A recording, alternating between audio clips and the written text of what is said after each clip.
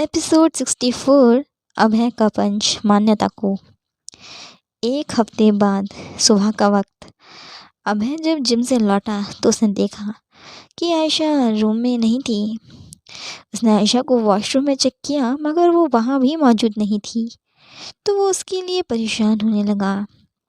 तभी उसका phone ring किया। स्क्रीन पर आयशा का नाम फ्लैश हुआ तो उसने तुरंत कॉल पिक किया और उससे चिंतित स्वर में बोला, आयशा तुम कहाँ हो? इतनी सुबह सुबह तुम कहाँ चली गई हो? अरे अभय रिलैक्स, मैं दिल्ली के लिए निकल गई। एक्चुअली मेरी फ्रेंड प्रज्ञा का बेबी हुआ है कुछ दिनों पहले, तो मैं उसके बेबी की नेमिंग सेरेमनी के लिए आई हूँ। कल रात तक मैं वापस आ जाऊँगी। तुम अपना ध्यान रखना, ओके बाय। ये कहकर अभय ने फ़ोन कॉल काट दिया। कॉल एंड होने के बाद अभय वॉल पर टंगी फ़ोटो को निहारते हुए बोला, तुम फिर चली गई मुझे अकेले छोड़कर, जबकि तुम ये बात अच्छे से जानती हो कि मैं तुम्हारे बिना एक पल नहीं रह सकता हूँ। वहीं नीचे डाइनिंग हॉल में अनिरुद्ध अपना नाश्ता कर रहा था। तभी डोरबेल बजी। सीमा भागते हुए दरवाज़ा खोलने के लिए बाहर दरवाजे पर सायशा खड़ी थी। सीमा ने रिस्पेक्टफुली उसे ग्रीट किया और अंदर आने दिया। तभी ऑफिस के लिए रेडी होकर अभय भी नीचे हॉल में आ गया।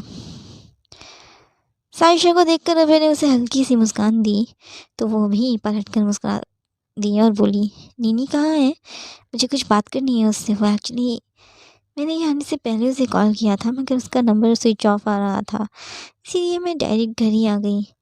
उसकी बात सुन अभय ने उसे जवाब दिया, ओह वो अभी कुछ ही देर पहले दिल्ली के लिए निकल गई। कह रही थी कि वो उसकी फ्रेंड की बेबी की नेमिंग सेरेमनी में जा रही है, कल रात तक वापस आ जाएंगी। ओह।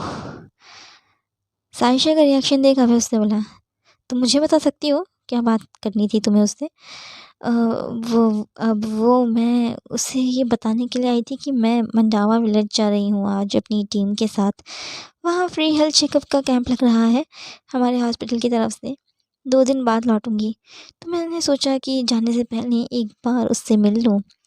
सायशा ने अभय को बताया तो उसने कहा, ओके डोंट वरी, तुम्हारा ये मैसेज मैं तुम्हारी बहन तक ज़रूर पहुँचा दूँगा। ओके।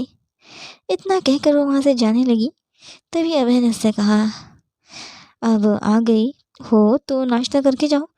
लेकिन सायशा ने तुरंत मना कर दिया। तभी अनिरुद्ध बोला, जो काफ़ी देर से शांत बैठा हुआ चुपचाप अभय और सायशा की बात सुन रहा था। अब भाई इतना इंसिस्ट कर रहे हैं तो मान जाओ ना नाश्ता करने के लिए, वरना बाद में। वो अपनी बात पूरी करने ही वाला था कि तभी अभय ने उसे डांट दिया, तुझे हर वक्त बीच में बोलना ज़रूरी होता है क्या? तो शांति से अपना नाश्ता कर। और सायशा तुम चुपचाप चलकर नाश्ता करो हमारे साथ। तुम्हारी बहन की एब्सेंस में मैं तुम्हारा पूरा ख्याल रखना चाहता हूँ ताकि तुम खुद को इस शहर में अकेला फील ना करो। चलो अब बिना बहस किए नाश्ता करो हमारे साथ। अभय ने सायशा को भी डांटना शुरू कर दिया। तो इस बार सायशा कुछ नहीं पलट कर बोली और उसके साथ नाश्ता करने लगी। नाश्ता करने के बाद वो तीनों अपने अपने काम पर निकल गए। एट राठौड़ इंटरनेशनल्स अभय अपने किसी इंपॉर्टेंट क्लाइंट के साथ मीटिंग में बिजी था। तभी उसके केबिन का दरवाज़ा खोलकर मान्यता एंटर हुई। मान्यता को देखकर एक बार फिर से अभय का पारा चढ़ गया। अपनी बड़ी बड़ी आंखें दिखाते हुए अभय उसे अभी वहाँ से जाने का इशारा कर रहा था, और मगर वो वहाँ से नहीं गई और सोफे पर जाकर बैठ गई। मान्यता को देखकर इस वक्त अभय को बहुत गुस्सा आ रहा था। उसने फटाफट से अपनी मीटिंग ख़त्म करी और फिर मान्यता की तरफ गुस्से से बढ़ा, तुम्हें ज़रा सी भी अक्ल या तमीज़ नहीं है ना? जब तुमसे मैंने इशारे में कह रहा था यहाँ से जाने के लिए तो गई क्यों नहीं? अभय ने उसके सामने खड़े हो अपने हाथ फोल्ड किया और उससे पूछने लगा। मान्यता अभय के बराबर खड़ी हुई थी और उसके गले में अपने हाथ फंसा लिए। बेबी आई नो कि तुम उस कुतिया के साथ प्यार करने का नाटक कर रहे हो।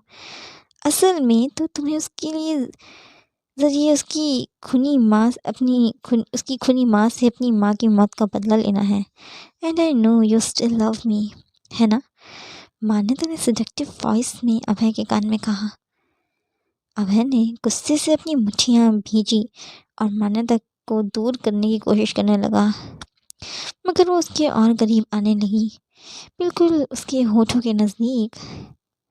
बेबी, आई नो कि तुम उस आयशा के साथ सिर्फ इसीलिए रह रही हो क्योंकि तुम उससे वारिस चाहते हो, अपने ख़ानदान का। मुझे मादी ने पहले ही सब कुछ बता दिया है तुम्हारी प्लानिंग के बारे में। ये बोलते बोलते मान्यता के होठ अब अभय के होठों से सिर्फ 1 इंच ही दूरी पर थे।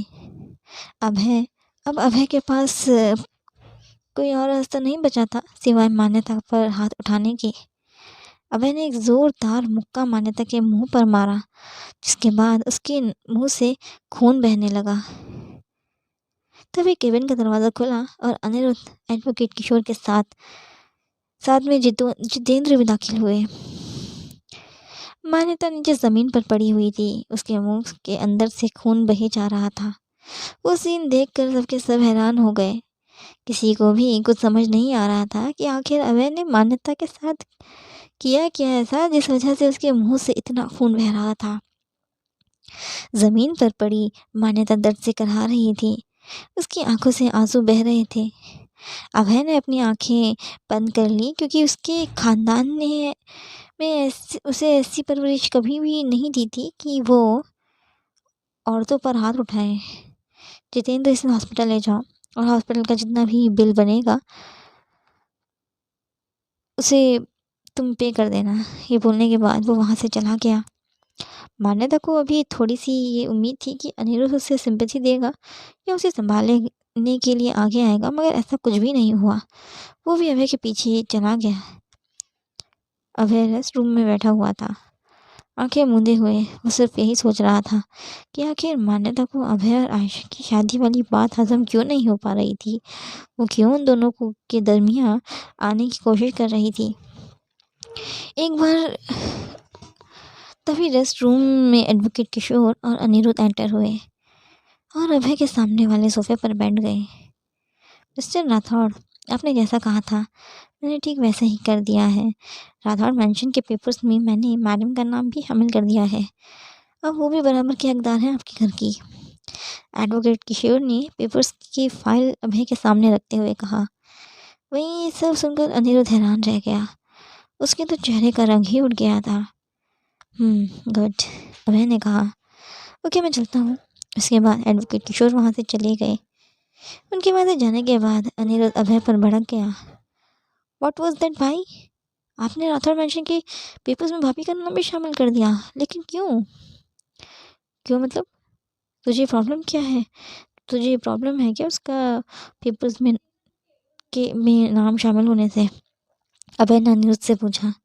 अनिरुद्ध के पास अभय की बात का कोई जवाब नहीं था, इसलिए वो चुप रहा। कुछ देर के लिए कमरे में सन्नाटा पसर गया। तभी अनिरुद्ध ने पूछा, वैसे भाई आपने मान्यता को मारा क्यों? क्योंकि आज उसने अपनी फाइनल लिमिट भी क्रॉस कर दी थी। अभय ने जवाब दिया, अपनी बॉ के बीच वाले हिस्से को अपनी इंडेक्स फिंगर और अंगूठे के बीच दबाते हुए। ऐसा भी क्या कर दिया था आज उसने जो आप उस पर हाथ उठाने के लिए मजबूर हो गए? अनिरुद्ध क्यूरियस होकर उससे पूछने लगा। अनिरुद्ध, आज तो मैंने मान्यता का मुंह तोड़ा है, कल मैं तेरा भी मुंह तोड़ सकता हूँ। अभय ने इतना ही कहा कि अनिरुद्ध ने उसे बीच में ही टोका। लेकिन भाई मैंने क्या किया? तू घर की बातें बाहर वालों को जाकर बताता है, इसीलिए मैं तेरा मुंह भी बहुत जल्द तोड़ूंगा। अभय गुस्से से सोफे से उठते हुए बोला। लेकिन भाई मैंने किस बाहर वाले से को बताई घर की बात? जरा नाम तो बताना। अनिरुद्ध ने अभय से तड़पते हुए पूछा।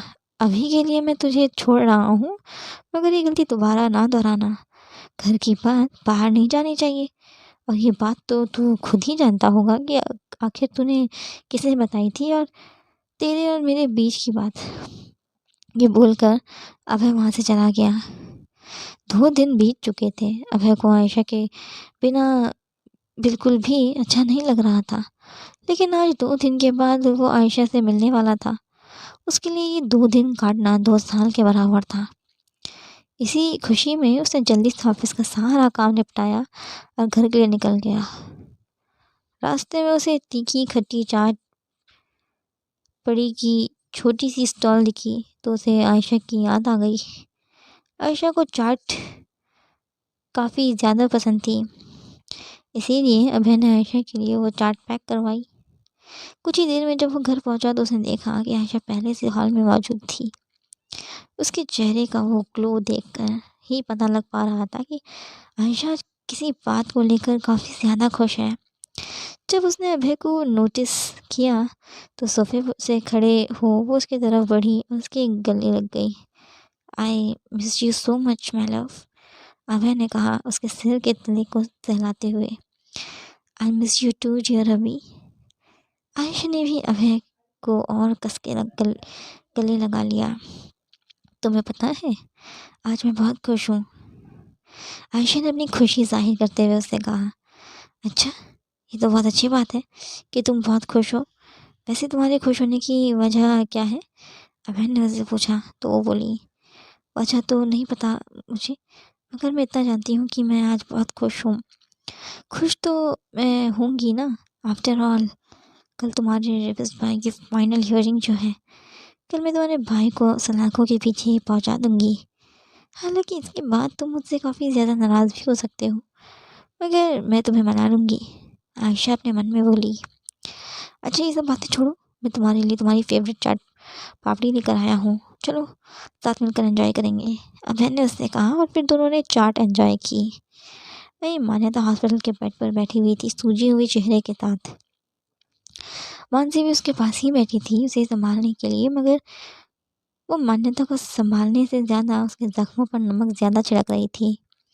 आई कांट बिलीव कि अभय ने तेरे साथ ऐसा किया। आखिर उस आयशा ने ऐसा भी क्या जादू किया है अभय पर जो वो उसके लिए इतना पागल है, मानसी बोली। मगर अन्यता चुप बैठी हुई थी।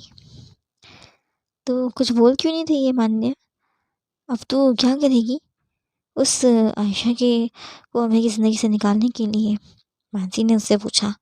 तो इस बार उसने धीमी आवाज़ में जवाब दिया, कुछ बड़ा करूँगी, मगर अभी नहीं, बाद में। पहले मैं इस आयशा को अभय की नज़रों में तो गिराऊं पूरी तरह से, फिर अभय का दिल जीतूंगी ताकि अभय का शक कभी भी मुझ पर ना जाए। ऐसे में सांप भी मर जाएगा और लाठी भी नहीं टूटेगी। मान्यता के विचार सुनने के बाद मानसी अपने मन में बोली, आखिर अब क्या करेगी ये मान्यता। आखिर ऐसा क्या सबूत हाथ लगा आयशा के हाथ अर्नब के खिलाफ। क्या आयशा सच में ये केस जीत पाएगी। आखिर अब क्या नई चाल चलने वाली है मान्यता आयशा के खिलाफ। जानने के लिए पढ़ें प्यार का कलमा। अगर आपको आज का एपिसोड अच्छा लगा तो कमेंट करें और चैनल को सब्सक्राइब करना ना भूलें। Thank you.